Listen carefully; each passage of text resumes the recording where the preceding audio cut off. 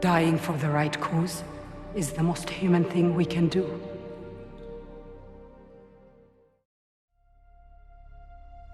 Blade Runner 2049 is a beautifully crafted masterpiece, and the main protagonist, K, Officer KD6-3.7, or Joe, is one of my favourite movie characters of all time.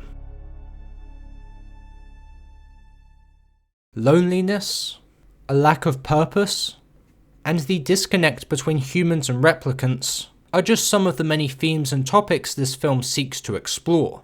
And K is the perfect vehicle to explore these aspects of the story. He is not like the average movie protagonist. He will not be going on the conventional hero's journey. He will not turn out to be a central character in the universe. And yet his character arc feels incredibly meaningful. So with that being said, let's talk about K's growth through key events in the plot, and discuss why he's a fantastically written character. We quickly learn that K is a bioengineered human, a replicant. His line of replicant models, the Nexus 9s, will in theory always obey human orders, unlike the previous Nexus 8 models that rebelled against humans, resulting in the blackout of 2022. K's purpose is to work under the LAPD as a Blade Runner, and retire these older models, effectively killing off his own kind. How does it feel, killing your own kind? I don't retire my own kind because we don't run. Only older models do. And you new models are happy scraping the shit because you've never seen a miracle. Sapper Morton is the first replicant that we see K retire, but Sapper is a lot more important to this story than it appears on the surface. And I mean that literally, because whilst on Sapper's farm, K's drone picks up a box buried underneath a tree. When K arrives back at the LAPD headquarters, it turns out the box contains the remains of a woman who died in childbirth. And said woman is Rachel, Deckard's partner. And this means she was the first replicant to give birth. Given various events, there is already such a huge divide between humans and replicants. If word gets out there's potential for a replicant to give birth, there will only be more panic and outrage. This breaks the world, Kay.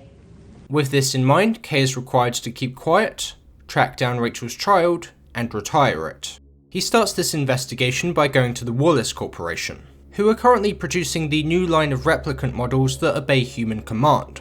K is here hoping to find some key information in the archives. Unfortunately, all this visit does is get Wallace and his assistant Love on this case, and they want to find the child as it is valuable to Wallace to understand how to make a self-replenishing replicant population.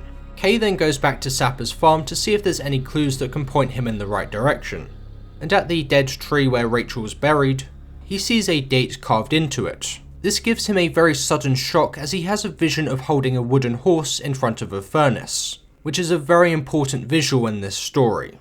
So when K isn't busy with his job as a Blade Runner, he likes to spend his downtime with his holographic girlfriend, Joy. She can be anything he wants her to be. She always does her best to compliment and comfort K, and he always does the same to her. The complication, however, is that she is programmed to be this way. She is a product from the Wallace Corporation, and is made to please many people just like K. I see you're also a customer.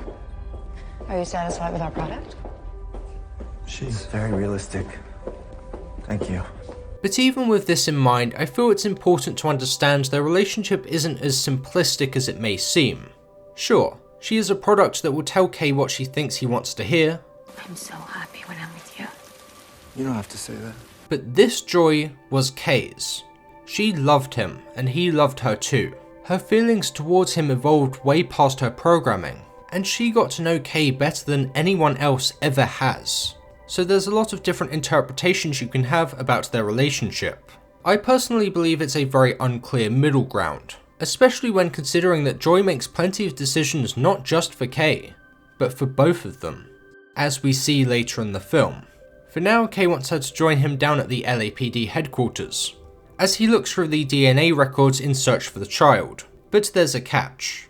The date carved into the tree matches the date carved onto the wooden horse in K's memory. A dangerous coincidence. I always knew you were special. This is how a child of woman born, pushed into the world, wanted,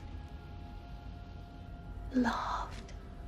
And if it were true, I'd be hunted for the rest of my life by someone just like me. And later on, when Kay is at the orphanage, he looks into the furnace and sure enough, the wooden horse is still in there. A scary realization this could be a genuine memory and not just an implant. I always told you, you're special, hidden with care. The real boy needs a real name. Joe. Joe? You're too important for Kay. And for the final confirmation, Kay visits the memory maker. Think about the memory you want me to see. Someone lived this, yes. This happened.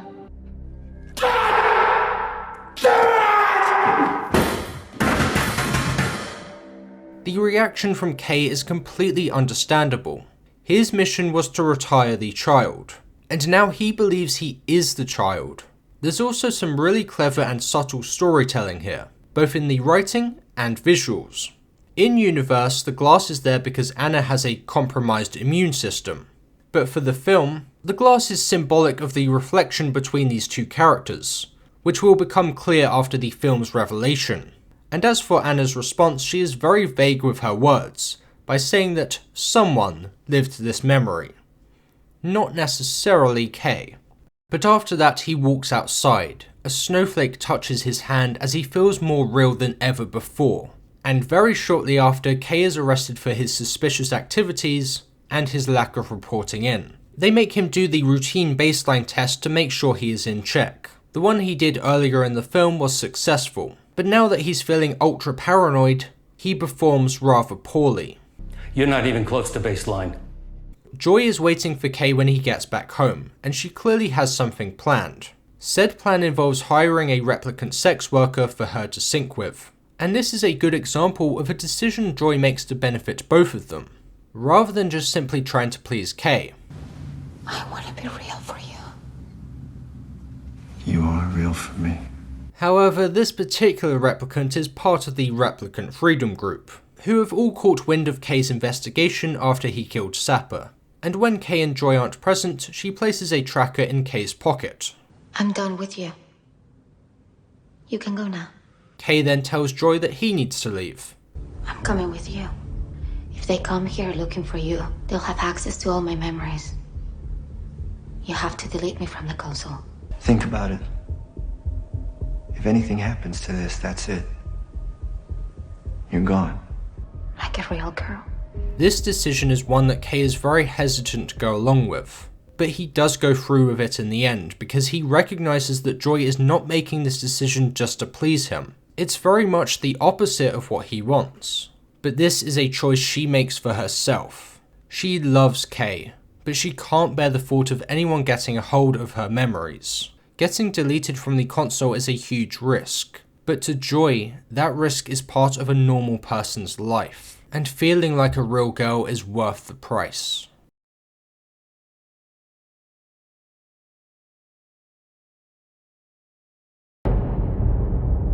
Kay later finds Deckard in the radioactive ruins of Las Vegas. There's a bit of a misunderstanding at first, but the two shortly after share a drink together. Kay spots other carved wooden animals on the side, and still believes he is Deckard's son. Now unfortunately for these two, they're about to have some unexpected company, led by love, which results in both Deckard being captured and Joy being tragically killed in front of Kay. I do hope you're satisfied with our product. I love you. Some time passes and the Replicant Freedom Group arrives, finding Kay through the tracker. Once Kay is bandaged up, he is introduced to Fraser, who gives quite the speech about what it now means to be a replicant. I saw a miracle delivered. That baby meant we are more than just slaves. If a baby can come from one of us, we are our own masters. More human than humans. Deckard only wanted his baby to be safe. And she is. She? Of course. Rachel had a daughter. You imagined it was you. Oh, you did. We all wish it was us. That's why we believe. In the following scene, Kay is walking around whilst thinking about his next move. A large-scale advertisement of a pink holographic joy comes to say hello to him. You look lonely. This is already an extremely sad reminder for Kay, but there's a certain thing she follows up with which is a complete punch to the gut. You look like a good Joe. It's a heartbreaking line to hear. Despite the ambiguous nature about how authentic Joy was, it's obvious that she had certain words implemented into her vocabulary.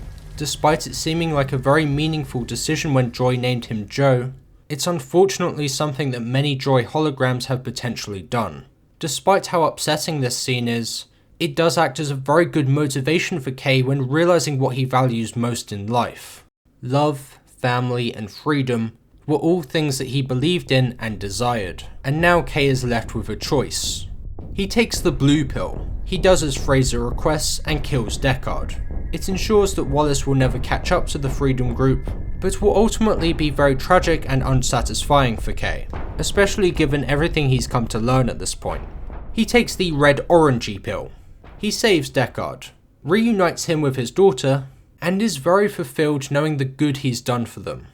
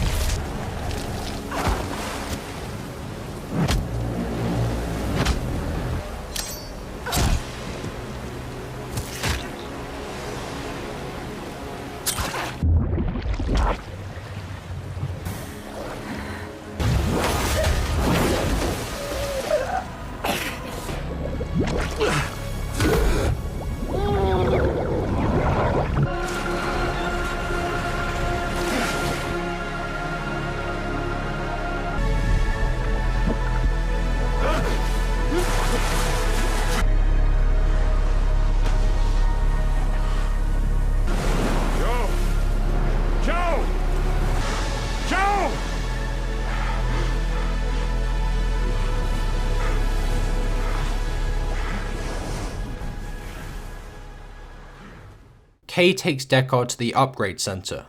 Despite his bleeding wounds, he's happy knowing that he saved Deckard and can now allow him to see his daughter. What am I to you?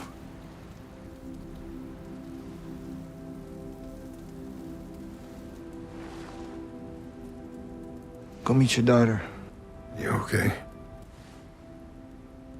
Kay is not only such a brilliantly written character for the story, but he's also an incredibly relatable character for the audience.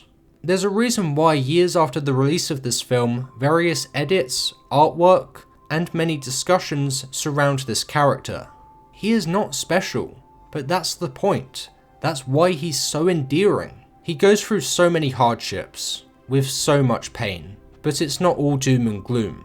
Kay is a brilliant character to look up to, because this story shows you that you don't have to be born as anyone special. You are defined by your values and the choices you make.